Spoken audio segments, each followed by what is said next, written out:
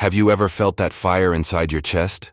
That flame that grows when injustice seems to have no end? Today I will tell you something that few historians dared to reveal. The story of a woman who carried this fire until it turned him into her most powerful weapon. Among Charleston's sugarcane fields and white mansions, there was a figure whose name was almost erased from the books, but which remains alive in the shadows of collective memory. Sarah was not just another enslaved in the Willow Creek plantation. What I found out about her during my research completely changed my vision of resistance and survival. The flames she lit that 1787 night not only consumed the big house and her cruel lord, but illuminated a path of resistance that inspired generations. If you enjoy real stories that challenge the official narrative, be sure to enjoy this video and subscribe to the channel to follow other cases that the story tried to silence. Get ready to know a truth that many preferred to hide for more than 2 centuries. The ruins of Plantation Willow Creek still exist, almost invisible under the vegetation that complained what was once a scenario of horror. The burnt wood odor seems to impregnate the blackened stones even after centuries. Some local residents swear to hear shouts on moonless nights when the wind blows between the left wing columns. The colonial authorities of 18th century South Carolina believed that absolute control would guarantee perpetual submission. But they did not have Sarah, whose hands that planted cotton and served tea also knew how to prepare flammable oils with almost alchemical accuracy. What happened in Willow Creek on the night of August 24, 1787, was not a simple fire nor a desperate act. It was the manifestation of a universal truth. When humanity denies a human being, the consequences will be devastating. That scorching summer, the fire not only consumed the house of Mr. William Prescott, but also revealed the fragility of a whole system built on foundations of cruelty. As the flames licked the night sky, a symbol was born that the authorities tried to erase from the official pages, but remained alive in the whispers of the senzalas and encoded songs. Sarah's fire illuminated an uncomfortable truth. Oppression generates resistance, and this resistance always finds a way of manifesting itself. What happened after the first sparks will light up that hot August night? If you want to follow more cases like this, which move with all society and reveal hidden truths, subscribe to the channel so as not to lose any investigation. Willow Creek stretched over 1,000 acres of fertile land, with 300 slaves distributed in 12 semicircle arranged senzalas, sufficiently away from the big house so that the screams would not disturb the refined dinners, but close enough to remind everyone who had power. At the top of the hierarchy, William Prescott, third-generation owner, known for his refinement on Charleston's social wheels and his cruelty, calculated in the domains of his property. Below it, the foreman Thomas Harding, whose 9-pointed whip was adorned with small metal fragments at the ends, an innovation that he considered his business card. The overseer's intermediates, often enslaved opted by small privileges, completed the constant surveillance structure. For the captives, the day was still in the darkness at 4 in the morning, with the bronze bell that hung from a central oak. 16 hours of working in the cotton fields under the merciless sun of South Carolina, with only 1 noon break for a meal of corn porridge and occasionally leftover salted meat. Women worked in the fields until the 8th month of pregnancy, carrying baskets that weighed more than 30 pounds on their heads. Children from 6 years old already had designated tasks, usually amazing birds or carrying water to adult workers. Plantation was a perfectly calibrated machine to extract maximum work with minimal maintenance. The trunk of punishments was strategically positioned between the quarters and the fields, a constant reminder of the price of disobedience. The sep for amputations, rarely used but always visible, communicated without words the fate of those who tried to flee. The creak of the currents mingled with the forced corner of the workers, a macabre melody that disguised whispered laments and plans. When the first summer storm began to form on the horizon, bringing heavy clouds of an almost greenish tone, the elders exchanged significant eyes. It was not just the change of climate they sensed. Something more was about to change in Willow Creek. Sarah had arrived at Willow Creek EK as a child, brought from Charleston's slave market at the age of 9. Unlike most, it did not come from Africa, but from another plantation in Virginia, where it was born. At the age of 27, his ability with medicinal herbs, initially developed under his grandmother's teachings, caught the attention of Mrs. Prescott, who suffered chronic migraines that no Charleston doctor could relieve. The teas and compresses prepared by Sarah were the only ones that brought relief. This talent gave him access to the big house, where he started working as a personal maid, alternating between domestic services and the care of the couple's 3 children. In the Casa Big Kitchen, Sarah learned how to read medicines and cookbook labels, a skill she kept carefully hidden. On Sunday nights, when she was allowed to visit the senzalas, she discreetly transmitted knowledge about healing plants that could soften the cuts left by the whip, or herbs that, when chewed, relieved the pain of broken teeth during punishments. With access to both worlds, Sarah knew the precise hours of the house, knew where the keys were kept, heard business and politics talks during the dinners. His serene expression and helpful attitude masked a mind that recorded every detail, every vulnerability of the system that imprisoned it. "This black man has blessed hands," said Mrs. Prescott for her visits, while Sarah served the tea, invisible as a furniture in the house. In the senzalas, however, the eyes he received were of contained respect and silent hope. Sarah was not just the enslaved of the house that had privileges. It was the guardian of ancestral knowledge that kept alive the spirit of a systematically broken people. The paradox of its existence was just there. The more indispensable it became the Prescott, the more dangerous it became for the system. Leave in the comments, "Never give up the truth if you believe justice must reach all the oppressed." The 1786 winter had been particularly difficult in Willow Creek. A plague had destroyed part of the cotton harvest, and William Prescott had held responsible for the loss, increasing working hours and reducing feed. Sarah witnessed the death of 5 children from malnutrition that winter, while in the big house the pantry remained fueled with smoked meats and imported preserves. In March, with the approaching new season of planting, Prescott acquired 10 new slaves to compensate for losses, including a man named Isaiah, known for his extraordinary strength. In the first week, Isaiah refused to bend when passing through the foreman. The punishment was exemplary: 50 whip, followed by the application of vinegar and salt in the open wounds. Sarah, called to prevent him from dying before offsetting his investment, spent 3 nights applying his healing poultices, while Isaiah raised fever. In May, when the first cotton seedlings began to sprout, a 14th-year-old named Mercy was sent to serve Prescott's eldest son on his 16th birthday. She returned to the senzala with her face so disfigured that her own mother did not recognize her immediately. "She resisted too much," said the young Prescott coldly when asked by his father about the state of damaged property. In July, when the heat intensified, 2 men tried to escape, taking advantage of a night storm. They were captured by hunting dogs before reaching the Cooper River. Prescott ordered them to be tied to posts in the center of the yard so that everyone would watch the punishment. They had their burned feet plants, and then were forced to walk over glass shards. One of them did not survive. The other lost their sanity. In each of these episodes, Sarah was called to exercise her healing skills to keep the bodies that plantation consumed. With each witnessed atrocity, his face remained impassive. His hands worked with the same calm efficiency, but something inside was transformed. Indignation found no expression in words or gestures, but was slowly distilled in calculated determination. In the herbs he collected, in the mixtures he prepared, in the conversations he listened to as he served at the Prescott table, Sarah was beginning to glimpse possibilities. His look, once low due to the need for survival, now recorded routes, schedules, materials, habits. The submission mask was still perfectly adjusted, but behind it, a storm formed. Among the newcomers to Willow Creek in the spring of 1787 was a middle-aged woman that Sarah recognized immediately, despite her 18 years of separation. Abigail was his mother, sold to another plantation when Sarah had only 9 years. The reunion, which should be a source of joy, has quickly turned into a new source of pain.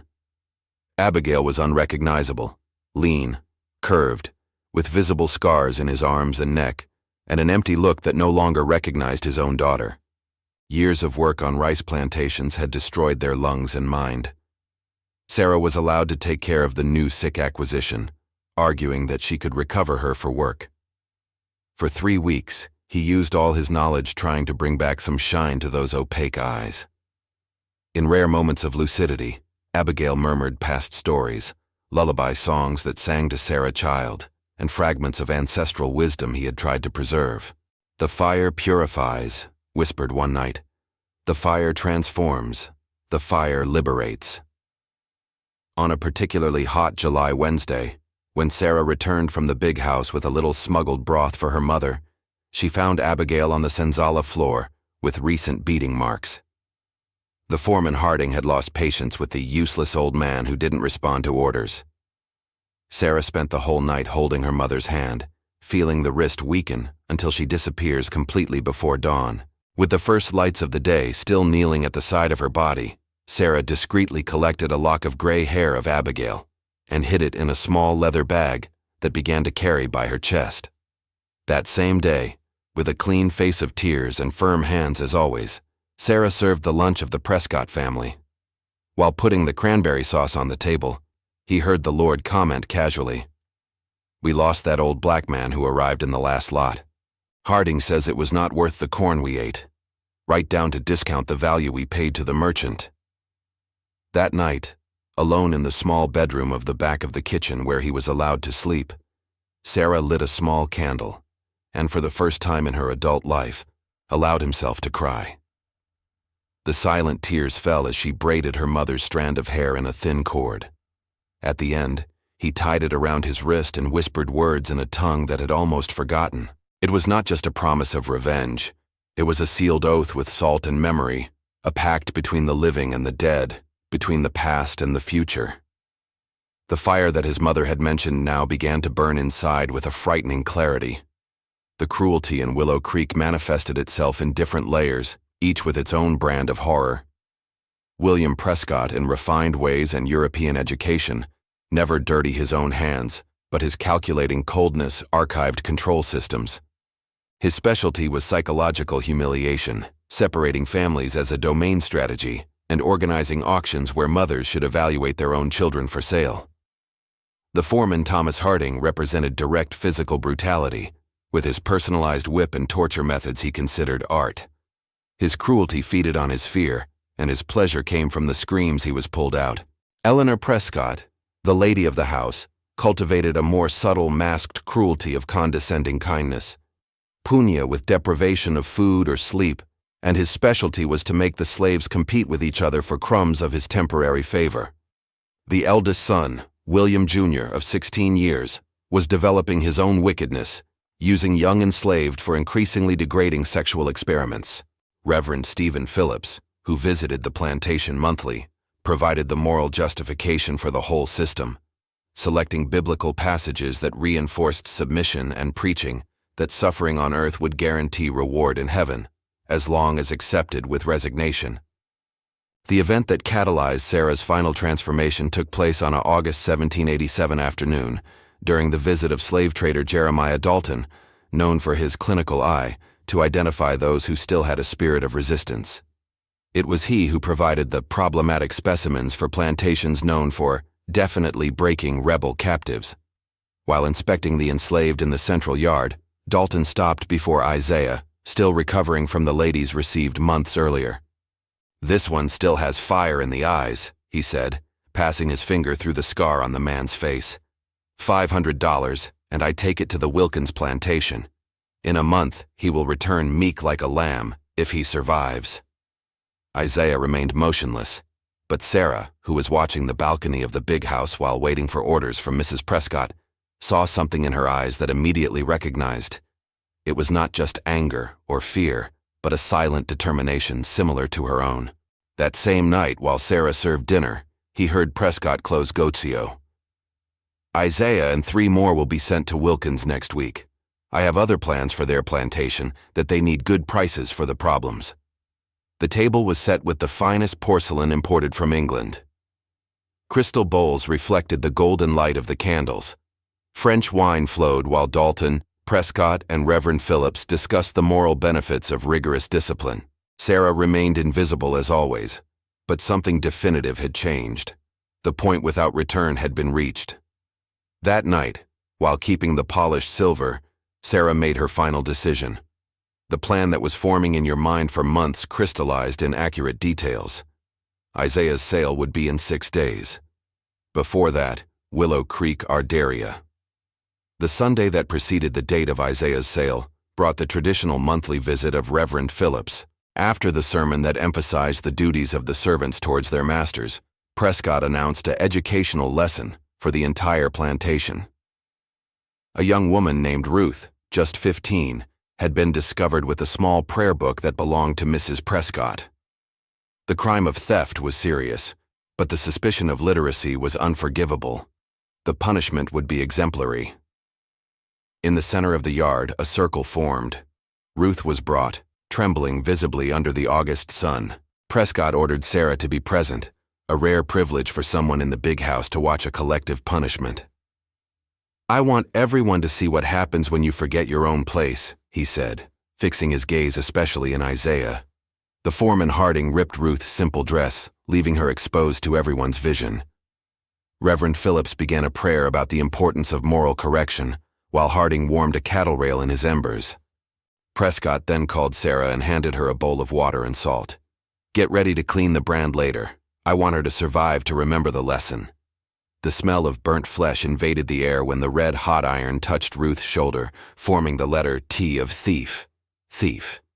The girl's shouts mingled with the forced murmurs of approval that the slaves were forced to manifest. Sarah felt the metallic taste of the blood in her own mouth. She had bitten the inside of the cheek so hard that she had pierced the flesh. His hands, usually firmly, shaved slightly, as he applied the mixture of salt to the open wounds, purposely intensifying the pain as expected in this ritual of humiliation. "See what you do, Sarah," Prescott whispered near his ear. "Your loyalty to the house is not above suspicion. I heard that you spent too much time with that useless old man who died. Blood ties, perhaps? Remember that your privileged position can change at any moment." The yard was silent except Ruth's muffled hiccups and the crack of the embers. The heat seemed to focus all the injustices of Willow Creek at that time. The sky of merciless blue seemed to observe indifferent to the human suffering below. Sarah kept her eyes low, as she is in, but her peripheral vision captured Isaiah's gaze, a silent understanding passing between them as an electric current. That night, in his small bedroom at the back of the kitchen, Sarah opened the floor loose under his treadmill and removed the small bottles he had been collecting and preparing. Dry herbs, essential oils, carefully distilled mixtures for months. Your medicinal knowledge, now directed to a different purpose. His hands no longer trembled. On his wrist, the cord with his mother's hair seemed to be throbbing with his own life. Public humiliation had not broken his spirit. His resolution had crystallized. Sarah knew she couldn't act on her own. On Sunday night, after Ruth's punishment, she took the monthly permission to visit the Senzalas, and, under the pretext of bringing healing herbs to the injured girl, began the final phase of her plan. With extreme care, he selected 4 people who considered essential. Isaiah, whose physical strength and determination would be necessary. Naomi, an older woman who knew each trail in the region to the swamp. Elijah, a young man who worked in the stables and had access to the wagons. And Ruth, not only as a symbol of recent injustice, but because his youth would allow him to carry the message to the future. In almost inaudible whispers, among medical treatment gestures, Sarah outlined the functions of each. Naomi would be responsible for creating a distraction at the crucial moment, using her herbal knowledge to cause symptoms of illness among several enslaved, not fatal, just enough to create confusion. Elijah would prepare a wagon with provisions, hidden at the limit of the property, near the trail that led to the swamp. Isaiah would coordinate the movement of those who wanted to leave during chaos, guiding them to the meeting point. Ruth, still weak but determined, would memorize the routes and serve as a messenger among the groups, taking advantage of her fragile appearance to go unnoticed. Sarah mentally mapped every detail of the big house, the exact location of the rooms, the outputs, the flammable materials stored in the basement, the supply deposit. Elijah complemented with information about the nocturnal habits of the watchmen. Naomi contributed knowledge about the cycles of the moon and tides, essential to night navigation through the swamps. The date chosen was not accidental. August 24th, St. Bartholomew's Day, a date that Reverend Phillips had mentioned in his sermon as an example of divine purification, a reference to the Protestant massacre in France that the religious celebrated as a triumph of order. Irony did not escape Sarah. The moon would be in a growing room, providing enough light for the escape without completely revealing the fugitives. The tide would be low, exposing secret passages through the swamps that were usually submerged. Between whispers, Sarah baptized her method: purification by fire. It would not be just destruction, but transformation. The essential oils that had been distilling secret, combined with alcohol diverted from plantation distillery, would create a fast and intense fire, impossible to control with the methods available at the time. The countdown began. 5 days to the day of purification. Each participant returned to their normal tasks, keeping the routine unchanged so as not to arouse suspicion. Sarah kept serving the Prescott table with the same silent efficiency as usual, but when it served the afternoon tea, his eyes now recorded final details: the exact weight of the doors, the specific creak of each step in the stairs, the time he led to Mr. Prescott falling in deep sleep after his night brandy. August 23rd was dawned with a dense mist about Willow Creek, a rare phenomenon at that time of year. In the casa, big kitchens, Sarah prepared elaborate dishes for the dinner that Prescott would offer Dalton and 2 other neighboring landowners, an early celebration of the business that would be closed the next day. His hands worked with mechanical accuracy as his mind traveled every detail of the plane one last time. In the dining room, Town hired temporary employees pull the silverware and arranged fresh flowers in crystal pots. Eleanor Prescott personally supervised the arrangement of fragrant candles imported from France. Her blue silk dress burst while circulating around the room, adjusting invisible details for less trained eyes. In the fields, the work continued, as in any other day.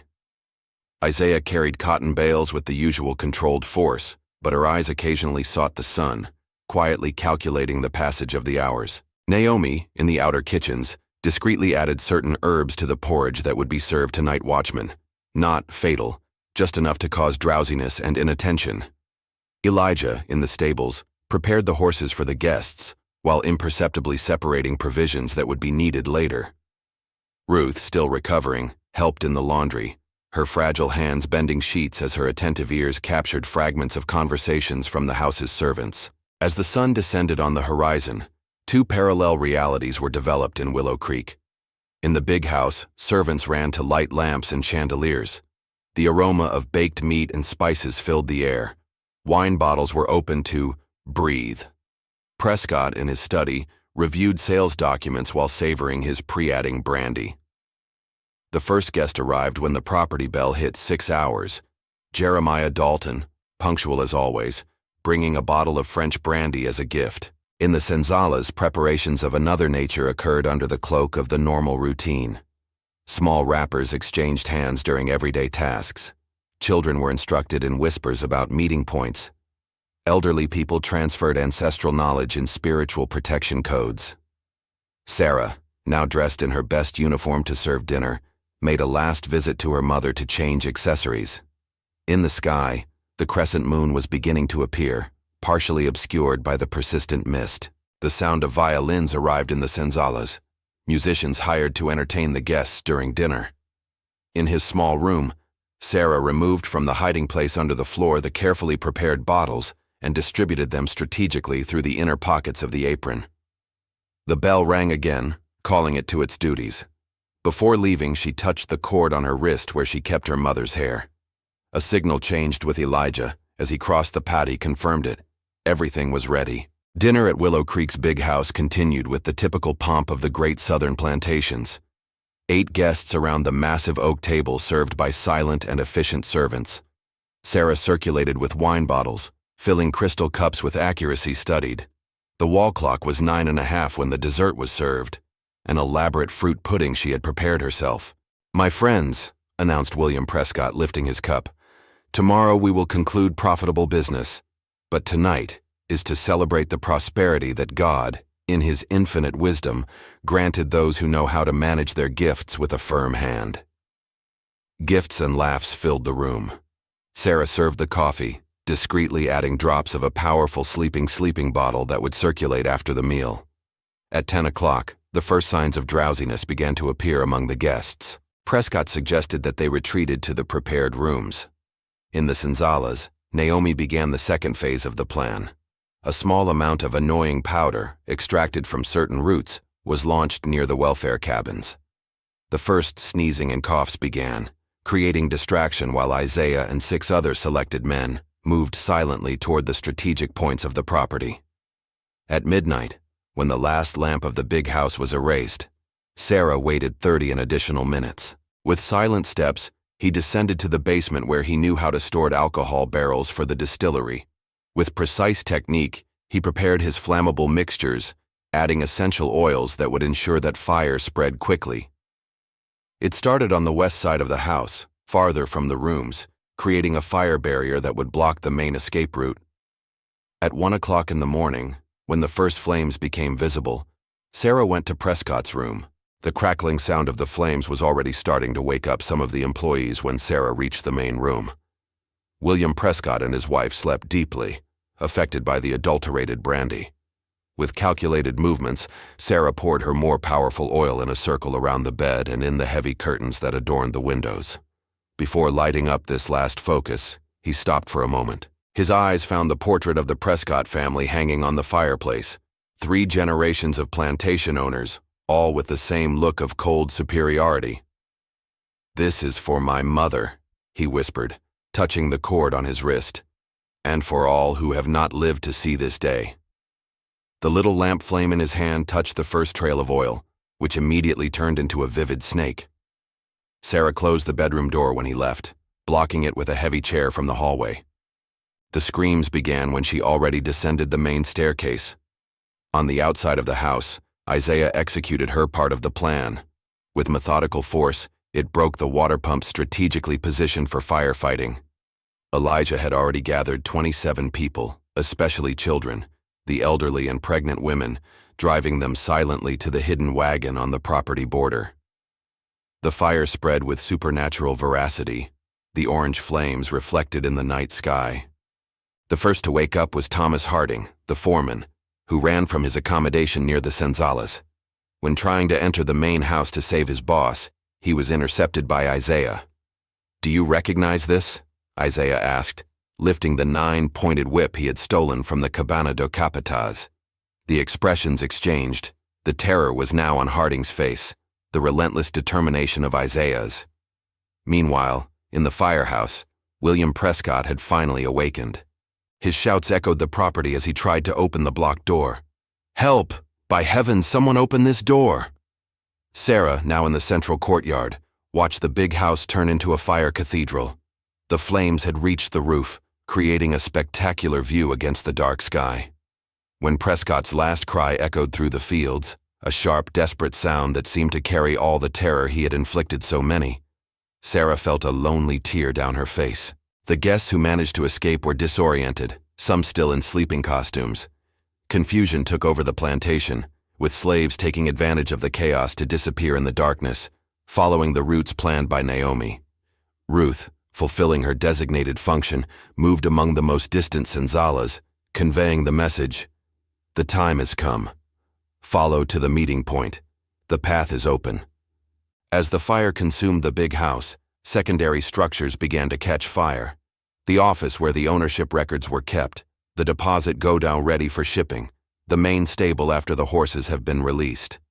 Each focus of fire had been carefully planned by Sarah to maximize the destruction of everything that supported the Willow Creek system. The last act of the execution happened when the clock of the big house, still visible through the flame windows, scored 3 o'clock in the morning. Sarah, Isaiah, Naomi, and Ruth met at the designated point, near the eastern border of the property.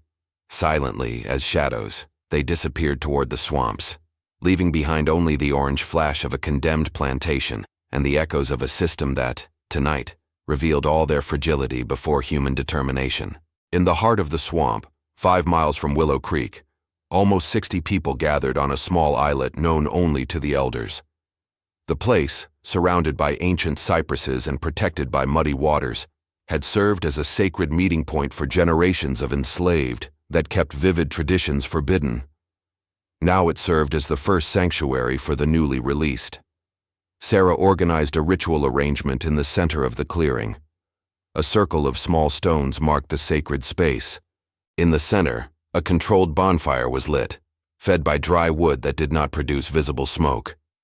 Around the fire, significant objects were arranged: a piece of broken chain, earth collected from graves of ancestors in Willow Creek, medicinal plant seeds, and a sample of water from the Cooper River, representing the way to freedom. "The fire we left behind consumed our prison," said Sarah, her firmer and louder than ever aloud in her 27 years of life. "This fire before us purifies our way forward." Naomi, the oldest in the group, led songs in a language that few still understood, but whose meaning all felt in the fibers of their bodies. They were songs of purification and rebirth, kept alive in whispers for generations. Isaiah and other men formed an external circle of protection as they elaborated the plan for the following movement. The journey would be dangerous. The swamps offered protection, but also deadly dangers for the unsuspecting. Serpents, moved sand, and slave hunter patrols represented constant threats. There were internal resistance. Some feared the unknown more than life in plantation. "And if they capture us?" asked one woman, hugging her little son. "The death that will give us will be slow and exemplary." "We have died 1,000 times in Willow Creek," said Sarah. "Every whip, every humiliation, every child sold was a small death. Now we choose to live, even if the price is high." The decision was unanimous after this statement. The group would organize itself in 3 columns. The first, led by Naomi, mainly composed of the elderly and children, would go north through the swamps to a free black community known only by rumors. The second, led by Isaiah, made up of the strongest, would take the most dangerous route to the ports, seeking passage in ships to the north or the Caribbean. The third, Minor, led by Sarah, would remain in the region to establish support points for future fugitives. When the first light of dawn began to dye the purple sky, the closing ritual reached its climax. Each person present passed between 2 bonfires, symbolizing the passage between captivity and freedom. As he passed, each dropped a small object that represented his old life: a piece of fabric of enslaved clothing, a cotton grain, a wooden chip of the senzala. The final image of that ritual would remain forever in the memory of the gifts. The newborn column moving away and rowing through the swamp, their clipped silhouettes against the whitened sky, carrying only the essential to survival and the unshakable determination of those who had taken their destiny in their own hands. And behind them, still visible to miles away, the smoke column that rose then one day out of Willow Creek's imposing plantation, now an ardent symbol that no oppression system is invulnerable when confronted with the strength of the human spirit, determined to be free. The first official reports about Willow Creek's fire arrived in Charleston 3 days later. The sheriff of the county, accompanied by a hasty militia, found only steaming ruins and some surviving white employees in shock. The initial report, sent to the governor, described the event as a terrible accident, possibly caused by negligence in the kitchen, avoiding mentioning the mass escape of enslaved, an admission that would cause panic among neighboring owners. This official version did not last long. A week upon the fire, alarmed letters began to circulate among the prominent families of South Carolina. We were informed by a reliable source that the disaster in Willow Creek was not accidental, but a deliberate act of insurrection. Even more alarming, almost 60 blacks disappeared, presumably fleeing to the swamps. It is recommended to be redoubled surveillance at all properties. Panic spread quickly. Plantations within 50 miles increased their night patrols and imposed more rigorous gathering touches. Some smaller owners even slept with weapons charged under the pillows. The real shock, however, would come a month later. In the Oak Ridge plantation, 20 miles from Willow Creek, a devastating fire consumed the main house and cotton deposits. The methods were identical: fire that spread with unusual speed, strategic blockade of escape routes, destruction focused on records and control structures. Once again, a significant number of enslaved disappeared in the confusion. 2 weeks later, it was the turn of the plantation Magnolia Bend, known for their particularly cruel treatment to the enslaved. The owner, his 2 children, and the foreman were found charred in their rooms.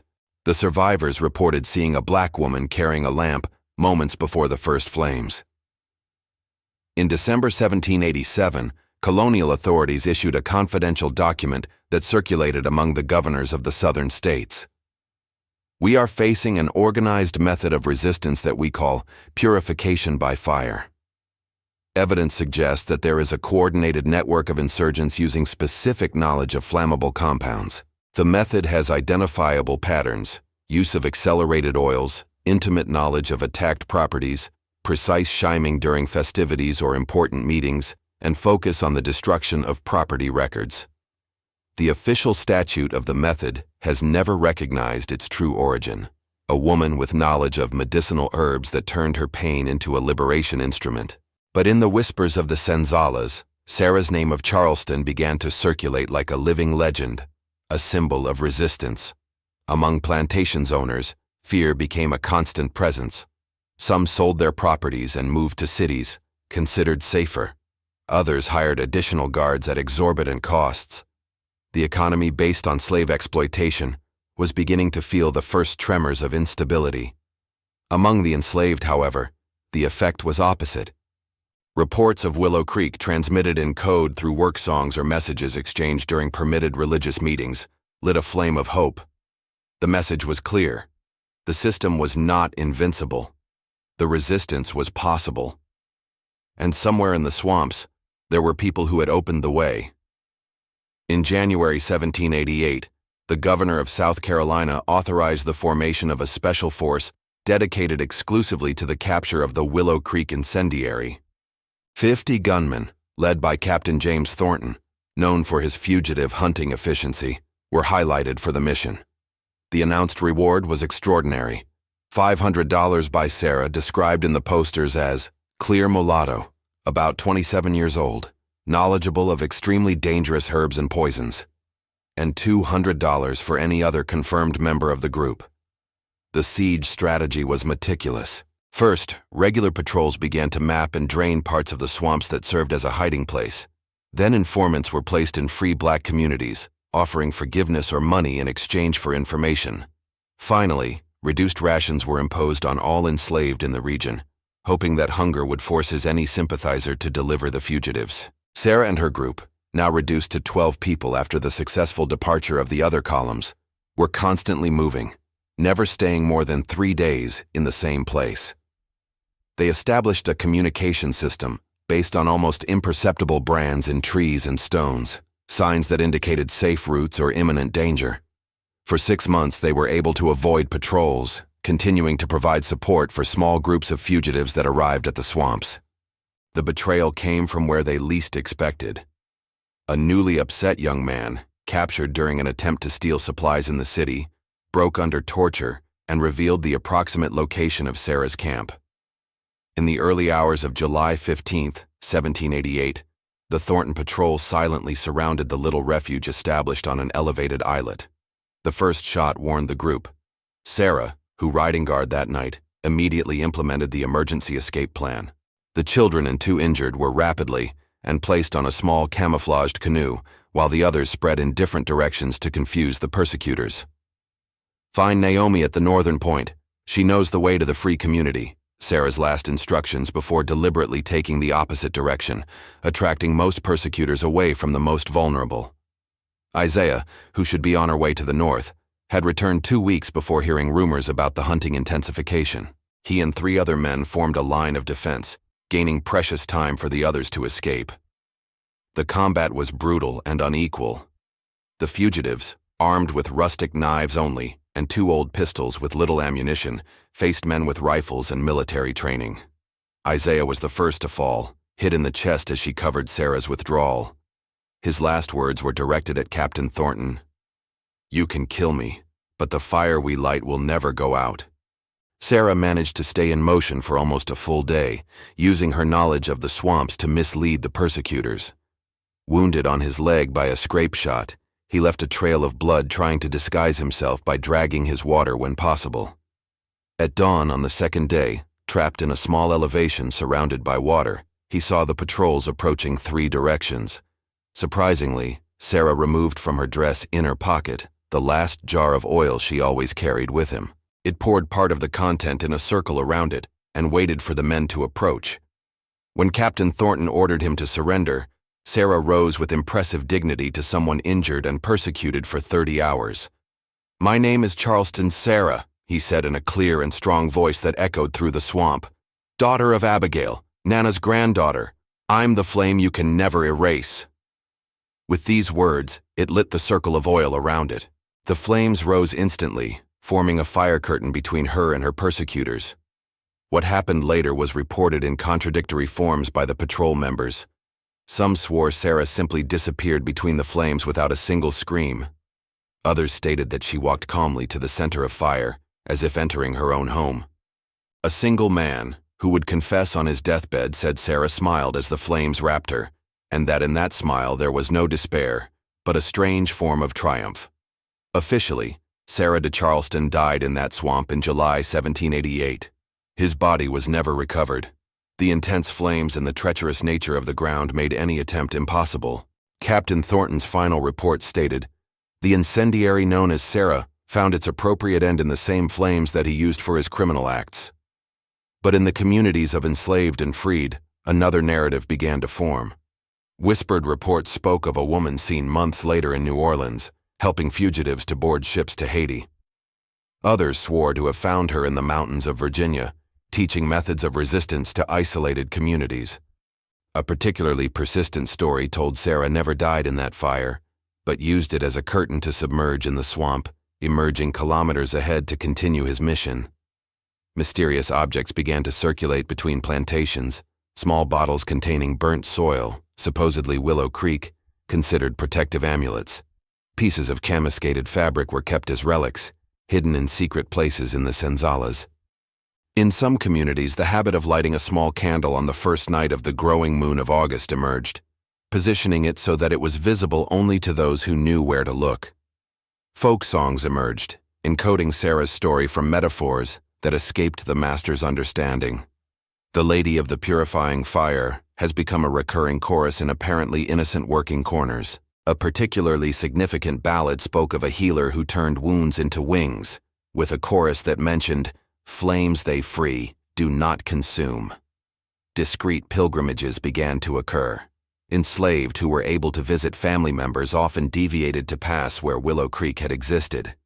There they left small offerings, herbs tied with wire, stones arranged in specific patterns, seeds planted in circular arrangements. The area, never rebuilt due to the superstition that was formed among the whites of the region, became an unofficial sanctuary. Decades later, when academic historians began to investigate Willow Creek incidents, they came across the difficulty of separating fact from legend. Official documents mentioned only a criminal fire perpetrated by rebel slaves. Property records were coldly listed the lost goods, including 58 missing pieces. But the oral stories preserved in African American communities offered a much richer and significant narrative. Around 1850, a figure known only as Sarah's granddaughter emerged in northern abolitionist communities, sharing resistance techniques and strategies for Underground Railroad, which, it was said, had been developed at Southern Carolina 60 years earlier. Impossible to verify the veracity of this lineage, but the impact of its teachings has been documented in several stations of the famous escape route. The final symbol of Sarah's story manifested himself unexpectedly. In the decades that preceded the American Civil War, plantations owners throughout the southern region reported a disturbing phenomenon. Enslaved who, when punished or treated with exceptional cruelty, stared at their oppressors and whispering one sentence, "Fire purifies." The message was clear to those who understood its origin. No system of oppression is eternal, and even the smallest spark can, under the right circumstances, turn into a fire that changes the course of history. If you watched so far, it is because you care about these stories that marked our country forever. Leave a comment saying, "I watched here," so that I can meet you and know who really cares about the search for historical truth. Like this video if Sarah's story touched her heart. Share so that Sarah's memory is never forgotten.